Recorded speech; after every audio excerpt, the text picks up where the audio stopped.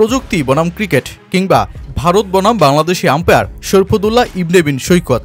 Border Gavaskar সিরিজের boxing day টেস্টে এখন সকল বিতর্কের কেন্দ্রে প্রযুক্তি, বাংলাদেশি আম্পায়ারের প্রযুক্তির বাইরে গিয়ে সিদ্ধান্ত আর ভারতের শোচনীয় পরাজয়ের একটা ম্যাচ।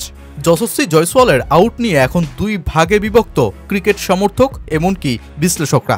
অধিনায়ক রোহিত শর্মা শরীফুদ্দৌলার সিদ্ধান্তকে সম্মান জানালেও দেশটির কিংবদন্তি সুনীল গাভাস্কর তা মানতে নারাজ। আর রবিচন্দ্রন আশ্বিন তো মজার ছলে বলেই দিলেন বাংলাদেশি আম্পায়ারকে স্নিকোমিটারের ব্র্যান্ড অ্যাম্বাসেডর বানাতে। টেস্টের পঞ্চম দিনে ভারতের উইকেট যখন একের পর এক পড়ছে তখন উইকেটে একমাত্র ভরসা যশস্বী জয়সওয়াল। ম্যাচ জয় তখন ভারতের জন্য কঠিন এক কাজ হয়ে দাঁড়িয়েছে, তবে উইকেটে টিকে থাকতে পারলে ম্যাচটা ড্র করা যাবে।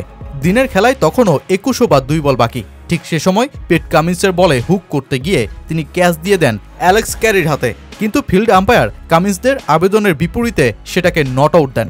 রিভিউ চলে যায় টিভি আম্পায়ার শরীফুদ্দৌলা ইবনে বিন সৈকতের কাছে।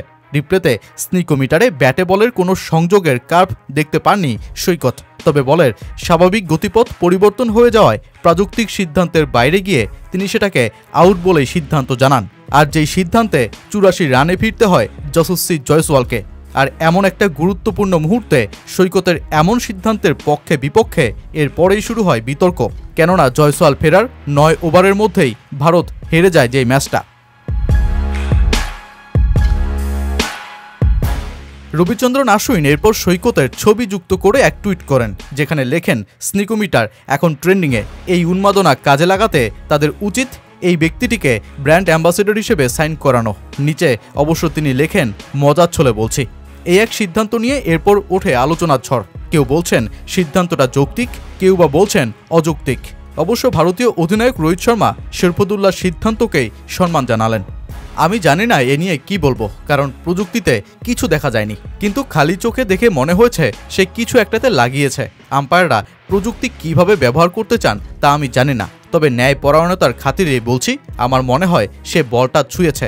আমরা জানি প্রযুক্তি শতভাগ সঠিক নয়, বেশিরভাগ সময় আমরাই এর ভুল সিদ্ধান্তের শিকার হচ্ছি। এখানে আমরা দুর্ভাগা।